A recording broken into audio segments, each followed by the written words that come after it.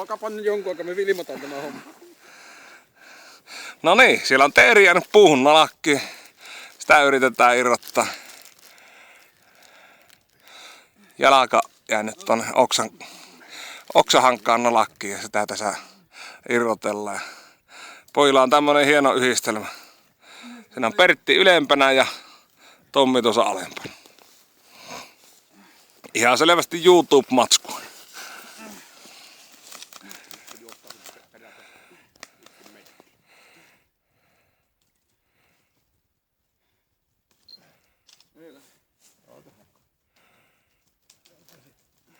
Ei ollut kaukana.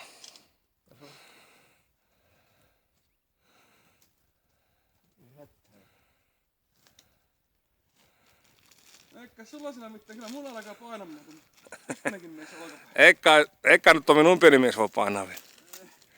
Vittu kun painaa palleja. Saatana kun sattuu.